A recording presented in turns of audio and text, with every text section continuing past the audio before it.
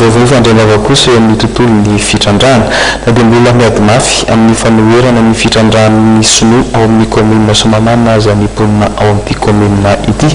dia nanomboka tamin'ny fomba ofisialy androany ny fitrandrano ireo vahiny ao amin'ny commune ny Somamanana.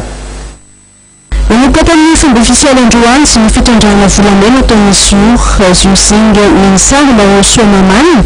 distrika ny Antananarivo laza fa anaja ny boky nandraikitra ity orinasa ity fitopolosan-jato ny asa dia omenan'ny malagasy tamin'ny rehefatrany amin'ny 5 tapitrisa metatra toradroa no anaovana ny fitrandrana ho amin'ireo olona izay voakasika ny tany sy dia voalaza rehefa misy ny fifanarahana fanofana ny tany izay eo amin'ny 7 ariary isam-bolana fifanarahana izay maharitra 7 taona.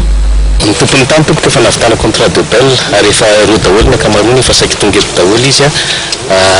tsy manana fandaovana fa dia efa miara-miasa amin'ny société moa izy amin'izao fotoan'izao. Politique ny société aloha voalohany indrindra dia manaraka ny lalàna faharoa manarakaraka an'izay ao anatin'ilay politique de gagnant gagnant na donnant donnant izany hoe misy tombontsoa tokony ho an'ny gasy ilay izy ary izay teknisianina gasy atao anatin'ny orinasa moa dia mikatsaka an'izay mandrakariva zany mamitady an'izay mbola tsy miasa kory ny orinasa dia efa miditra sahady ary ny sosialim-bahoaka dia efa tafiditra tsikelikely amin'izay moa izay efa misy planina sy protocole d'accord iarahana amin'ny commune amin'izay zavatra izay.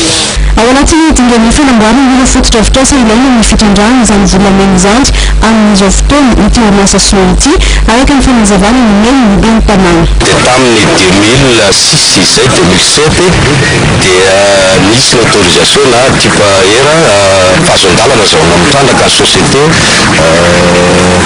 tanety lava izay le anarany izay hita masina mihitsy moa zany izay nanao fizahana tetỳ amin'ny commune izay misy anay. Ety nanomboan'izany dia misy fanatanterahana fombafomba natao ity orinasa sinoa ity ary natao ny tompony andraikitra sy ny mponina atao Somamanana Antananarivo ary ihany koa fa mahatratra 12 ny fiara fitanterana tany efa natoerana.